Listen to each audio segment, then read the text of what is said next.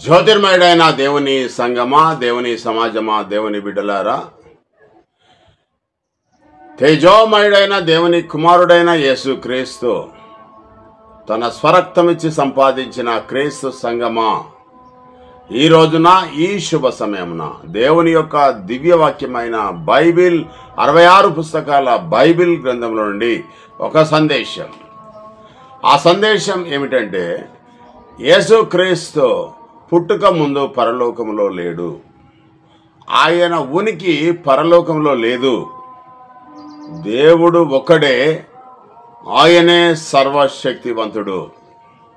అనేక సందేశాన్ని YouTube, Facebook, WhatsApp, Instagram ద్వారా వింటున్న ప్రపంచ ప్రేక్షక మహాశైలందరికీ జ్యోతిర్మయుడైన దేవుని నుండి, ఆయన కుమారుడైన యేసుక్రీస్తు నుండి కృపా సమాధానములు మీకు కలుగునుగాక.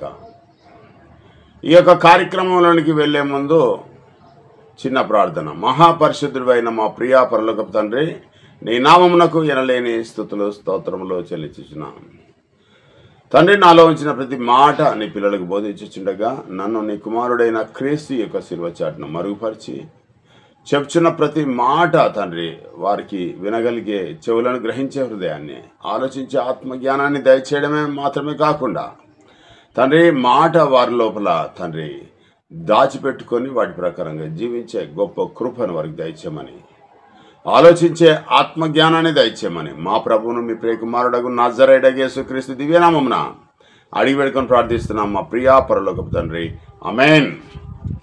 అందరికీ షలోం, అందరికీ వందనాలు.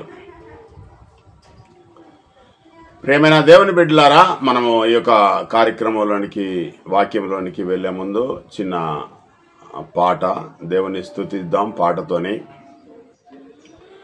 దేవ సంస్తుతి చేయవే మనసా, శ్రీమంతుడగు యెహోవ సంస్తుతి చేయవే మనసా. దేవ సంస్తుతి చేయు మాన జీవమాయే హోవా దేవుని పావన నామమును స్తుతించుమా. నాయంతరంగము లోవసించు నో సమస్తమా. జీవమాయే హోవా నీకు చేసిన మేలన్మరువాకు, నీవు చేసిన పాతకాంబులను మన్నించి జబ్బు లేవియున్ లేకుండా చేయును. ఆ కారణముచే దేవ సంస్తుతి చేయవే మనసా. మనము నిర్మితమైన రీతి తనకు తెలిసి ఉన్న సంగతి, మనము మంటి వారమాంచును జ్ఞాపకము చేసి కొనుచు కరుణ చూపుచుండోను. ఆ కారణముచే దేవ సంస్తుతి చేయవే మనసా. ప్రియమైన దేవుని బిడ్డలారా, వాక్యంలోనికి మనము వెళ్తున్నాం. వాక్యంలోని మాధుర్యాన్ని మనము గ్రహించి తెలుసుకోవాల్సిందిగా ప్రభు పేరిట మిమ్మల్ని కోరుతున్నాను. పౌలు గారు ఏథెన్సు అనేక ప్రాంతంలోనికి వెళ్ళాడు. ఏథెన్సు ప్రాంతంలోనికి వెళ్ళిన తర్వాత అక్కడ అనేకమైన విగ్రహాలు ఉన్నాయి. కొన్ని వేల విగ్రహాలు ఉన్నాయి. కొన్నివి పెద్దవి, కొన్నివి చిన్నవి, అనేక రకాల రంగులతో చేసినవి, మట్టితో చేసినవి, కలపతో చేసినవి, రాయితో చేసినవి, అనేకమైన రకాలైన విగ్రహాలు ఉన్నాయి. ప్రియమైన దేవుని బిడ్డలారా, ప్రతి విగ్రహాన్ని కూడా ఆయన దగ్గరికి వెళ్ళి పరిశోధించి చూశాడు. వాటన్నిటిని కూడా పరిశీలించి చూస్తుండగా అనేక ఆ ఊర్లో, ఆ పట్టణంలో ఉన్న ఆ ప్రయాణికులు రోడ్డు మీద నుంచి వెళ్తున్న ప్రయాణికులు, అక్కడ జీవిస్తున్న ప్రజలు కూడా ఒక విచిత్రంగా అపోస్తులుడైన పౌలు గారిని చూస్తున్నారు. కొంతమంది అడుగుతున్నారు, ఎందుకు ఈ విధంగా చేస్తున్నావంటే, ఫలానా కొన్ని విషయాలు ఆయన సువార్త ప్రకటించాడు. సువార్త ప్రకటించే క్రమంలో అక్కడ కొంతమంది ఎపిక్యూరీలు అనే వాళ్ళు ఉన్నారు. వారు మాత్రమే కాకుండా స్తోయికులు అనేవారు ఉన్నారు. వారు మాత్రమే కాకుండా యూదులు అనేవారు ఉన్నారు. వారు మాత్రమే కాకుండా ఇతర దేవతలను ఆరాధించేవారు. ఆధ్యాత్మికంగా దేవుడు నిజమైన దేవుణ్ణి తెలియక కూడా ఇతరాత్ర దేవతలను పూజించే భక్తులు, అనేక మంది యాజకులు కూడా ఉన్నారు. అందరూ కూడా విచిత్రంగా అతన్ని పరిశీలించి చూస్తున్నారు. అప్పుడు కొంతమంది అటు నుంచి వెళ్తున్న కొంతమంది ఆయనను పరిశీలన చేసి, ఆయనను ఒక సభ ఉంది, ఆ సభలోనికి రమ్మని అతన్ని ఆహ్వానించారు. అతన్ని తీసుకొని వెళ్ళారు బలవంతంగా. ఆ సభలోనికి అపోస్తలుడైన పౌలు గారు వెళ్ళి అతనికి వచ్చిన అవకాశాన్ని మాత్రము వినియోగించుకోవాలని అపోస్తలుడైన పౌలు గారు ప్రయత్నం చేశారు. ఇంత పెద్ద ఘనత దేవుడే దయచేశాడు. ఈ ఎపిక్యూరీలు, స్తోయికులు ఎవరు అని అంటే, వారు చాలా జ్ఞానులు, తత్వవేత్తలు. దేవుడు లేడని కొంతమంది చెప్పేవారు, దేవుడు ఉన్నా పూర్తిగా ఆయన ఆధిపత్యంలో ఏం లేదని కొంతమంది అయితే ఉన్నాడో లేడో అనే కొంతమంది యూదులైతే దేవుడు ఉన్నాడు కానీ అని వారి ఇష్టానుసారంగా ప్రవర్తించే వ్యక్తులు కూడా, అనేకమైన విగ్రహాలకు మొక్కే జనాలు కూడా అక్కడ ఉన్నారు. ప్రపంచవ్యాప్తంగా ఉన్న జ్ఞానులందరూ కూడా ఆ సభకు వచ్చారు. ప్రియమైన దేవుని బిడ్డలారా, ఆ సభలో అపోస్తలుడైన పౌలు గారికి అవకాశం వచ్చింది మాట్లాడాల్సిందిగా. ఆ సభ యొక్క పద్ధతి ఎట్లుంటుందంటే, సభలో ఉన్న వ్యక్తులకు ఆటంకంగా కలిగినా కానీ, అవరోధం కలిగించినా కానీ, వారి మనసును దెబ్బతీసినా కానీ, వారికి ఏమైనా అభ్యంతరం కలిగజేసినా కానీ, వారిని నీచంగా చూసినా కానీ,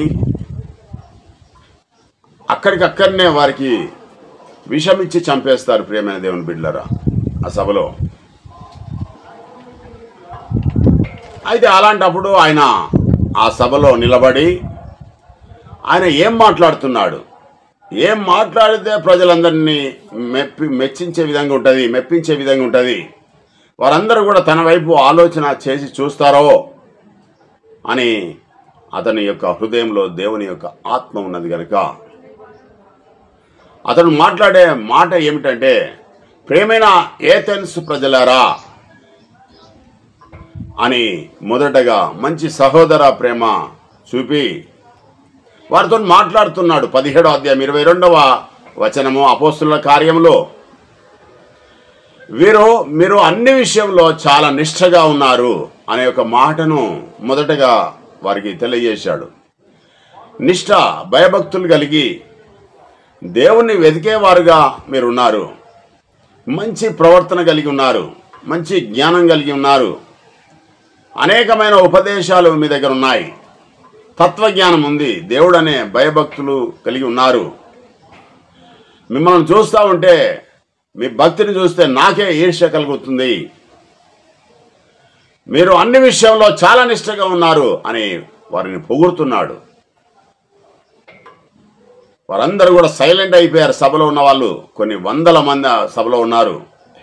హిమీలు ప్రపంచవ్యాప్తంగా ఉన్న జ్ఞానులందరూ ఆ సభకు వచ్చారు.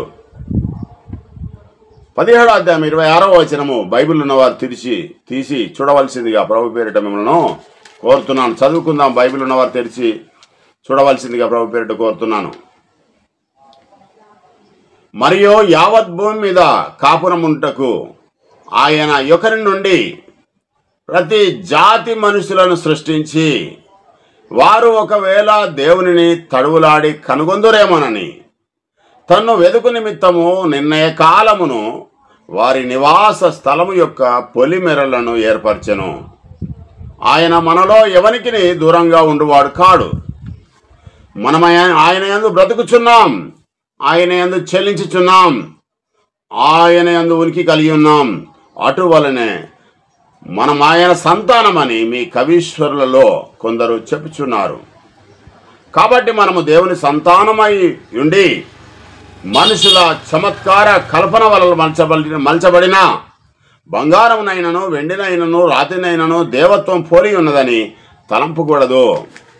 ప్రేమైన దేవుని బిడ్డలారా, మీరు చాలా నిష్ఠ కలిగిన ప్రజలు, భయభక్తులు కలిగిన ప్రజలు, జ్ఞానవంతులు, వివేకవంతులు. ఏదైనా మాట్లాడితే ఎదురు దాడి చేయకుండా దాని లోపల ఉన్న భావాన్ని మీరు గుర్తెరిగి సాధ్యమైతే మీరు అవి సరి అయితే వాటి ప్రకారంగా మీరు మీ యొక్క జీవితంలో అలవర్చుకునే ప్రజలుగా మీరు ఉన్నారు. చాలా మంచి వ్యక్తులు మీరు. మిమ్మల్ని చూస్తే నాకు చాలా ఆనందం కలుగుతుంది అని అపోస్తలుడైన పౌలు గారు ఏమని చెప్తున్నాడంటే, ఈ భూమి మీద ఉన్న ప్రతి మనుషుల్ని అందరినీ కూడా దేవుడే సృష్టించాడు. దేవుడు ఒక్కడే. ఆ సృష్టికర్త ఆయన పేరు యెహోవా. ఆయన సర్వ సృష్టిని కలగజేశాడు, ఈ బ్రహ్మాండాన్ని కలగజేశాడు. ఈ బ్రహ్మాండంలో ఒక భూమి ఉంది, ఆరిన నేల, సముద్రము, పంచభూతాలు ఉన్నాయి ఈ భూమి మీద. ఈ భూమి మీద దేవుడు మట్టితో ఒక మనిషిని తయారు చేశాడు. అతన్ని సృజించి అతని ద్వారా ఈ ప్రపంచంలో ఉన్న మానవులందరినీ కూడా నివసించేటట్టుగా ఆ ఒక్కని ద్వారా సర్వ ప్రపంచంలో ఉన్న మానవులందరినీ కూడా తన వరుసలలో దేవుడు సృష్టిస్తున్నాడు. ఒక్క మనుషునితో మానవులందరినీ సృజించి అందరూ ఈ ప్రపంచం అంతటా నివసించేటట్టుగా దేవుడు చేశాడు. ప్రియమైన దేవుని బిడ్డలారా, మనం ఏమని అర్థం చేసుకుంటున్నామంటే, ఒక్క మానవుడు ఎవరు అనంటే ఆదాము. ఆదామును ఒక్కనే సృజించి అతని ద్వారా వచ్చిన సంతానం ఏదైతే ఉందో ప్రపంచంలో ఉన్న 300 దేశాలలో నివసించేటట్టుగా దేవుడు చేస్తున్నాడు కూడా. వాళ్ళ కోసం ఒక కాలాన్ని నియమించాడు. ఏ దేశపు ప్రజలు ఎక్కడ నివసించాలో, ఏ కాలాన్ని సరిగ్గా నియమించాడు దేవుడు. ఏ కాలాన్న ఎవరు ఎక్కడ నివసించాలనో, ఎక్కడ జీవించాలనో, ఏ రంగు కలిగిన వ్యక్తులుగా ఏ పరిస్థితులలో, ఏ కాలాలలో ఎవరెవరు ఎక్కడెక్కడ జీవించాలనో అక్కడ జీవించేటట్టుగా దేవుడు ఒక కాలాన్ని, ఒక సమయాన్ని నియమించాడు. ప్రేమైన దేవుని బిడ్డలారా, మానవులను తనను వెతకాలని దేవుడు కోరుతున్నాడు. ఆ విధంగా చేసి గుడ్డివాడు తడిమి తనను కనుగొనే అవకాశము వాళ్ళకు కలిగించాలని ఇలా చేశాడు.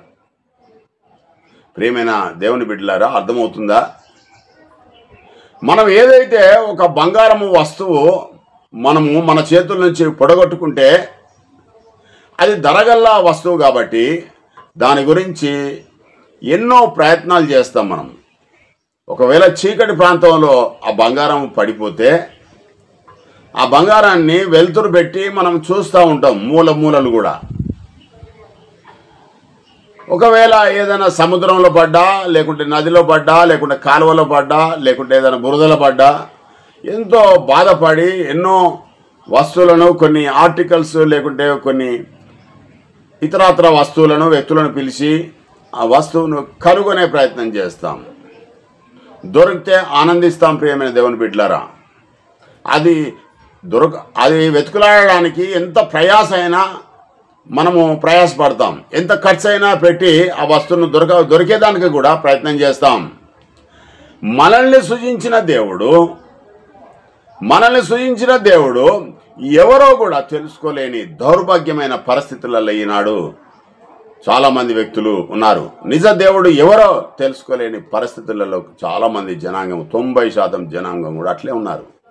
నిజమైన దేవుడు ఎవరో, తను సృజించిన దేవుడు ఎవరో తెలుసుకోకుండా అజ్ఞాన దశలోనికి వెళ్ళి దేవుని నుంచి దూరమై నరకానికి దారి తీసుకుంటున్నారు.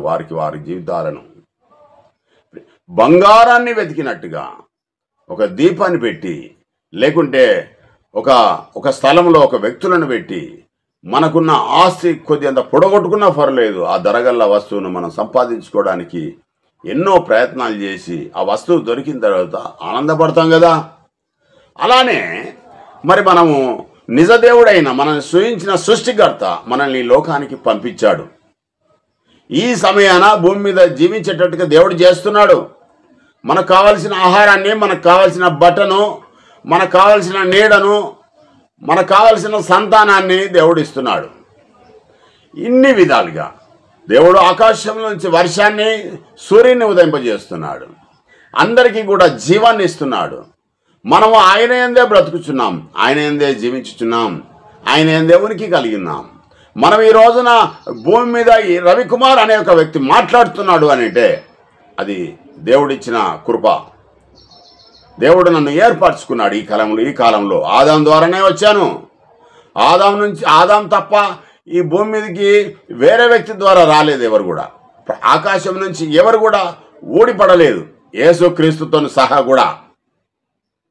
ప్రియమైన దేవుని బిడ్డలారా, మనము ఆయనలో జీవిస్తున్నాం, ఆయనలో కదులుతున్నాం, మనము ఉన్నాం, మనం ఈరోజు నిలిచి ఉన్నాం, మనం జీవిస్తున్నాం, మనం బ్రతుకుతున్నాం, మనం ఉనికి కలిగి ఉన్నాం, మనం మాట్లాడుతున్నాం అని అంటే అది దేవుని కృపయే. ఒకవేళ దేవుడు తన జీవాన్ని మనలో నుంచి తీసివేస్తే ఇది మట్టి దేహమే, మట్టిలోనికి కలిసిపోద్ది. దీంట్లో ఏమీ చలనం ఉండదు. ప్రియమైన దేవుని బిడ్డలారా, మన దేహంలో మన ఆత్మ, మన దేహంలో మనంగా ఈ లోకంలో జీవించున్నప్పుడే దేవుణ్ణి ఒక వెండిని వెతికినట్టు వెతకాలి, ఒక బంగారాన్ని వెతికినట్టు వెతకాలి, దేవుని యొక్క జ్ఞానాన్ని వెతకాలి. మనం ఉనికి కలిగి ఉన్నప్పుడే, మనం జీవించి ఉన్నప్పుడే. ప్రియమైన దేవుని బిడ్డలారా, ఈ విషయాన్ని కొంతమంది మీలో దేవుణ్ణి ఎరగని వారిలో కూడా కొంతమంది కవులు ఉన్నారు, కవిత్వం రాసేవారు ఉన్నారు.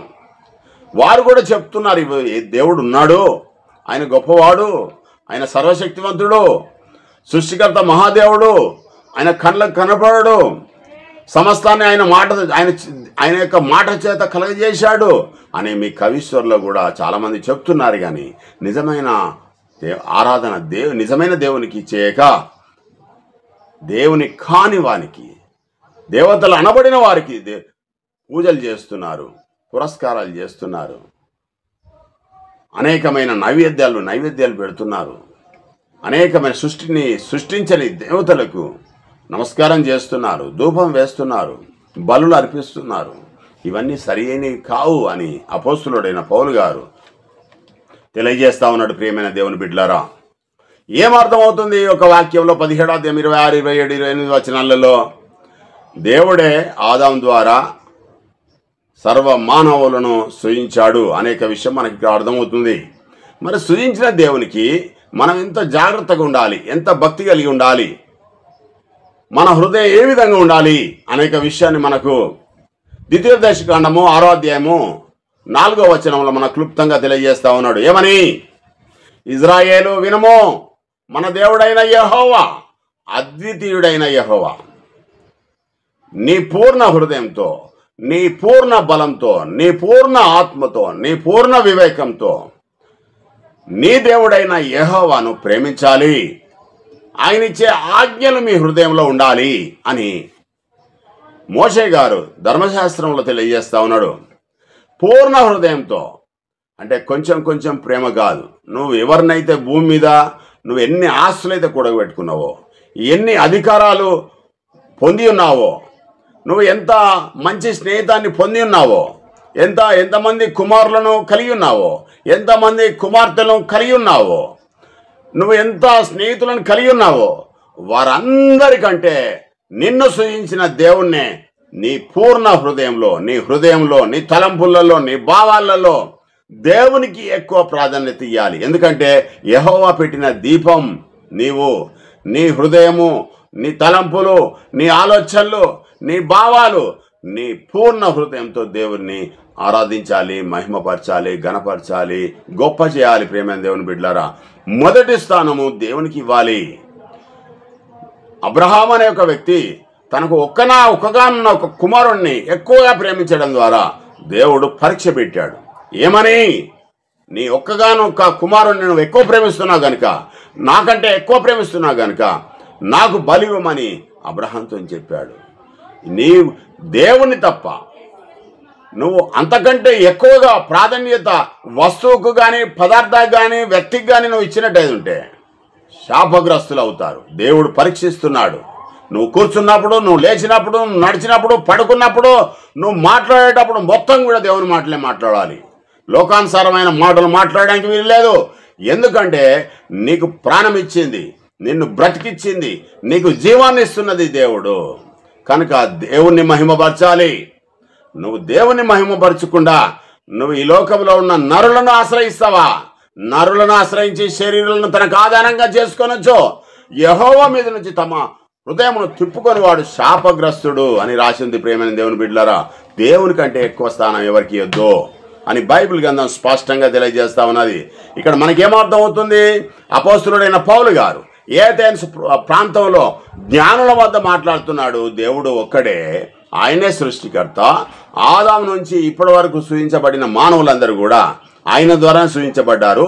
అందరినీ కూడా తన తన కాలాలలో, తన తన సమయాలలో, తన తన దేశాలలో దేవుడే ఆ కాలంలో, ఆ సమయాలలో, ఆ దేశాలలో, ఆ ప్రాంతాలలో తన ఇష్ట ప్రకారంగా జీవింపజేస్తున్నాడు.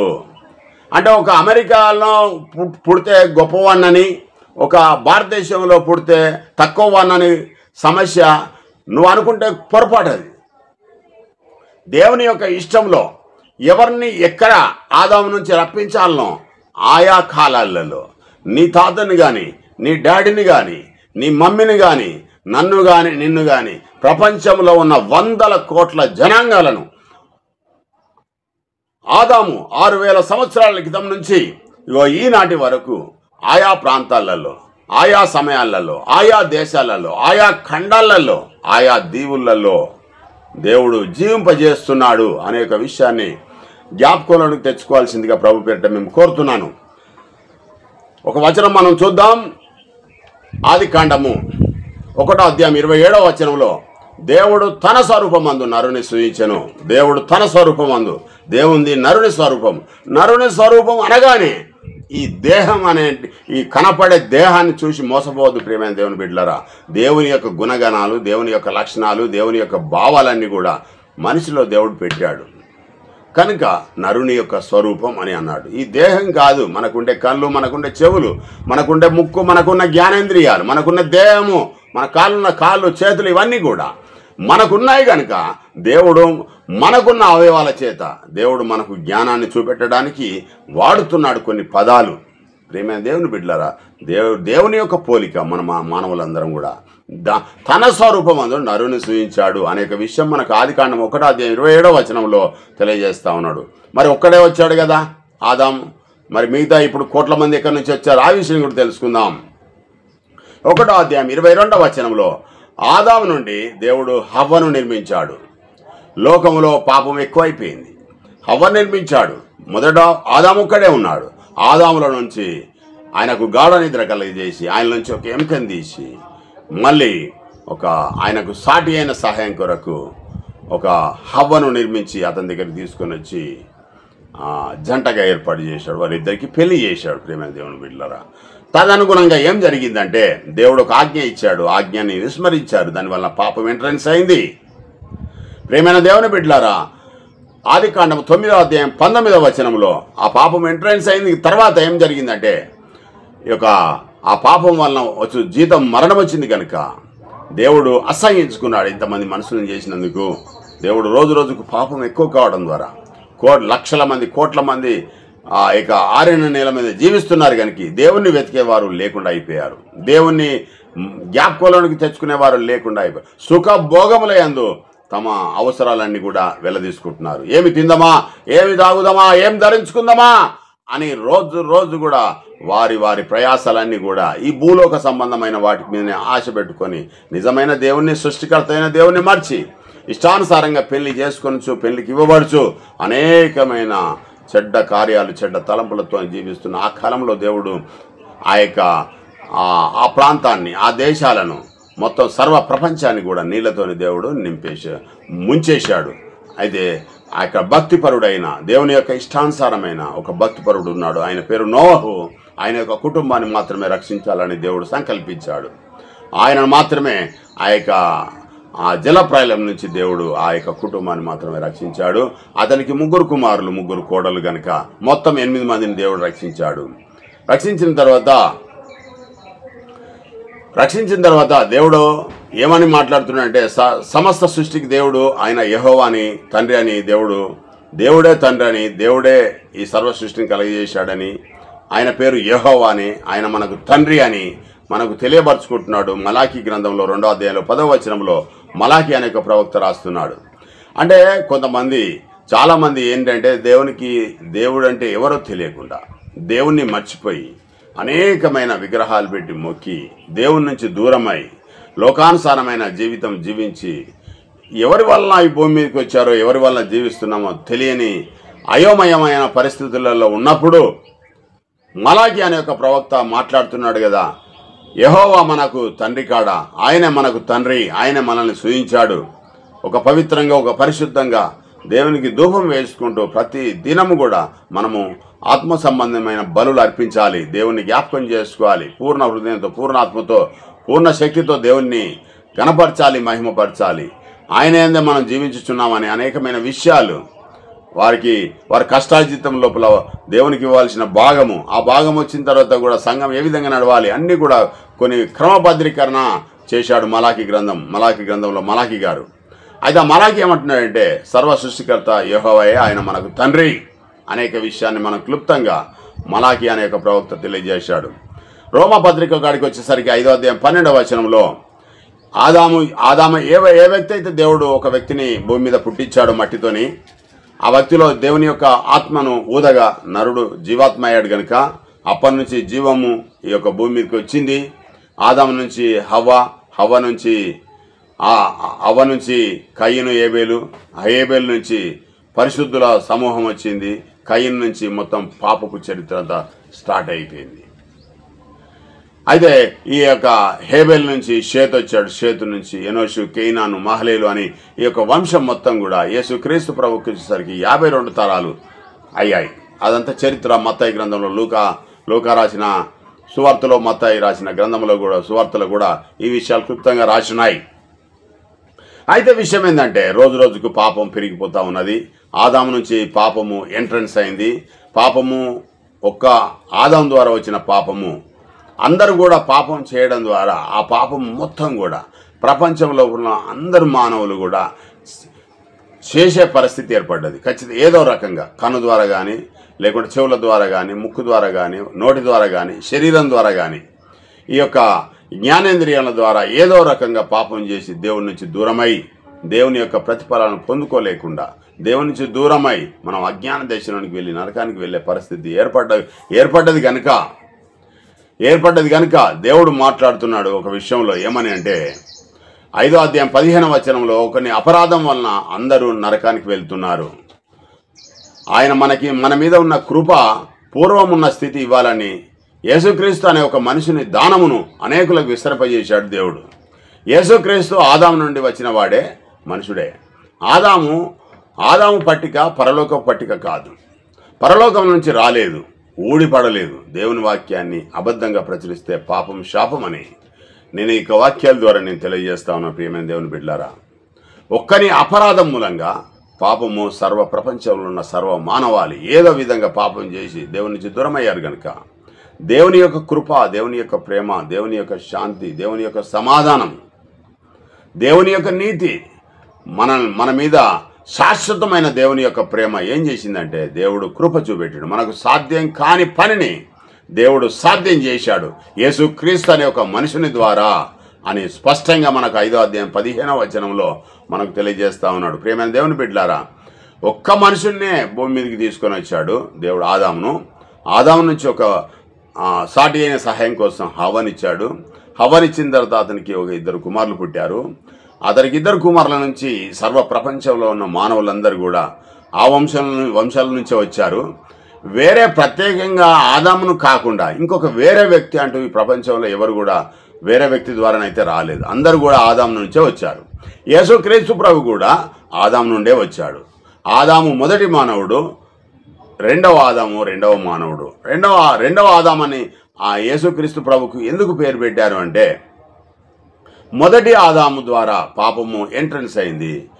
ఆ ఎంట్రన్స్ అయిన పాపాన్ని, సర్వ మానవాలు చేసిన పాపాలన్నీ కూడా దేవుడు ఏం చేశాడంటే యేసుక్రీస్తు ప్రభు మీద మోపి ఆ పాపానికి శిక్ష వేశాడు దేవుడు. తదనుగుణంగా ఎవరైతే భూమి మీద ఎవరైతే పాపం చేశారో వారందరూ కూడా యేసుక్రీస్తు ప్రభు దేవుని కుమారుడని, మన పాపముల కొరకు దేవుడు యేసుక్రీస్తును నియమించాడని, బలిదానం కొరకు ఎవరైతే నమ్మి విశ్వసించి ఆ మాటల ప్రకారంగా జీవిస్తారో వారు నూతనమైన సృష్టిగా చేయడానికి దేవుడు అనాది కాలంలోనే జరగబోయే విషయాన్ని, భవిష్యత్ జ్ఞానాన్ని దేవుడు ముందుగానే తెలియజేసి ప్రవక్తల గ్రంథాలలో, కీర్తన గ్రంథాల్లో అనేకమైన విషయాలు దేవుడు తెలియజేసుకుంటూ వచ్చాడు. పాత నిబంధన గ్రంథంలో యేసుక్రీస్తు ప్రభు మెస్సియా అనే ఒక పేరు మీద వస్తాడు అని ఎవడైతే నమ్ముతాడో వాడు రక్షించబడతాడు. ఆదాము నుంచి యేసుక్రీస్తు కాలం వరకు, యేసుక్రీస్తు నుంచి ఇప్పటి వరకు ఆ మెస్సియా వస్తాడని ఎవరైతే ఎదురు చూశారో, ఆ వస్తాడని ఎదురు చూసిన వారికి రక్షణ. ఇప్పుడు యేసుక్రీస్తు నుంచి ఎవరైతే వచ్చాడో, నా పాపంలో యేసుక్రీస్తు ప్రభులో కొట్టివేయబడ్డాయి అని ఎవడైతే నమ్ముతాడో, నా పాపములు యేసుక్రీస్తు రక్తంలో కడగబడినాయి అని ఎవడైతే మారు మనసు పొంది పశ్చాత్తాప నిమిత్తం ఎవడైతే మారు మనసు పొంది బాప్తిసం తీసుకుంటాడో వాని యొక్క పాపములన్నీ కూడా యేసుక్రీస్తు రక్తంలో పరిశుద్ధపరచబడ్డవి, పవిత్రపరచబడ్డవి. వానికి నూతనమైన జీవం వస్తుంది అనేక విషయాన్ని క్లుప్తంగా మనకు యేసుక్రీస్తు ద్వారా వాక్యం క్లుప్తంగా మనకు తెలియజేస్తూ ఉన్నది. యేసుక్రీస్తు ప్రభు నరుడు, మానవుడు, పరలోకం నుంచి ఊడిపడ్డవాడు కాడు అని బైబిల్ గ్రంథం స్పష్టంగా తెలియజేస్తూ ఉంటే, కొంతమంది దుర్బోధకులు ఇష్టానుసారంగా వారి యొక్క హృదయంలో ఉన్న మాట చొప్పున ఇష్టానుసారంగా అనేక మందిని నరకానికి తీసుకుని వెళ్తున్నారు. యేసుక్రీస్తు ప్రభు రక్షకుడు, విమోచకుడు, ప్రధాన యాజకుడు, మన కొరకు దేవుడు నియమించిన దేవుని యొక్క గొర్రెపిల్ల. మన పాపల నిమిత్తము యేసుక్రీస్తు ప్రభును జగత్ పునాది వేయబడక మునిపే ఆయన వస్తాడు, మీ పాపములన్నీ భరిస్తాడు, మీకు నిత్య జీవం ఆయన ద్వారా అనుగ్రహించబడుతుందని దేవుడు అనాది కాలంలోనే చెప్పుకుంటూ వస్తున్నాడు. కానీ దేవుని యొక్క కృపను, దేవుని యొక్క దయను పక్కకు పెట్టి సమస్తాన్ని ఒక మనుషునికే ఆపాదించడం సరైనది కాదు అని ఈ విషయాన్ని మీకు క్లుప్తంగా కుండబద్దలు కొట్టి చెప్తున్నాను. ప్రియమైన దేవుని బిడ్డలారా, ఈ మాటలు దేవుడు దీవించిగాక. ఈ మాటల ప్రకారంగా జీవించి దేవుని యొక్క కృపను పొందవలసిందిగా ప్రభు పేరు కోరుతూ ఈ కొద్ది మాటలు నేను త్వరతో ముగిస్తున్నాను. ఈ మాటలు దేవుడు దీవించిగాక. మేము వెనుకిట్లో ఈ చిన్న ప్రార్థనతో నీ యొక్క కార్యక్రమాన్ని మనం ముగిద్దాం. మహాపరిశుద్ధుడైన మా ప్రియాపరులకు తండ్రి, నీ నామమునకు ఎనలేని స్తుతులు స్తోత్రములు చెల్లించున్నాను తండ్రి. నాలో ఉంచిన ప్రతి మాటను నీ పిల్లలకు బోధించాను తండ్రి. వారు సన్మార్గంలో నడిచి పూర్ణ హృదయంతో, పూర్ణ ఆత్మతో, పూర్ణ శక్తితో, పూర్ణ బలంతో తండ్రి నిన్ను మాత్రమే ఎతికి నీ కుమారుడైన యేసుక్రీస్తు ద్వారా చేసిన గొప్ప బలియాగం ఏదైతే ఉందో అందరం కూడా గుర్తెరిగి మా జీవితాల్లో తండ్రి మా పాపములన్నీ కూడా క్రీస్తు యొద్ద ఒప్పుకొని ఉన్నాం కాబట్టి ఇంకా ఎప్పుడు కూడా పాపం చేయకుండా మా పరిశుద్ధతను, మా పవిత్రత కాపాడుకుంటూ మాకిచ్చిన ఆయుష్కాలంలో ఈ యొక్క దేహంలో ఆత్మ ఉన్నన్ని రోజులు తను మిమ్మల్ని వెంబడించే గొప్ప కృపను మాకు అనుగ్రహించి నిత్యరాజ్యం కొరకు తను మేము ప్రతి నిమిషం కూడా ప్రయాసపడేటట్టు చేయమని తండ్రి, ఏ అయితే వినతులు మేము తండ్రి అడుగుతున్నామో ఆ వినతులన్నీ కూడా మేము పొంది ఉన్నామని నమ్ముతూ ఈ కొద్ది మాటలు మా ప్రభుని మీ ప్రియకుమారుడగు నజరేయుడైన యేసుక్రీస్తు దివ్యనామమున అడిగి వేడుకొని ప్రార్థిస్తున్నాం మా ప్రియాపరులకు తండ్రి. ఆమేన్. తండ్రి అయిన దేవుని యొక్క ప్రేమ, కుమారుడైన యేసుక్రీస్తు ప్రభు యొక్క కృప, పరిశుద్ధాత్మ యొక్క అన్యోన్య సహవాసము తల వంచిన ప్రతి ఒక్క కుమారుని మీదను, కుమార్తె మీదను, నా మీదను, నా కుటుంబం మీదను, సమస్త పరిశుద్ధులందరి మీదను తండ్రి విన్నా నీ పిల్లలందరి మీదను నీ కృప చూపమని మా ప్రభును. ఆమేన్.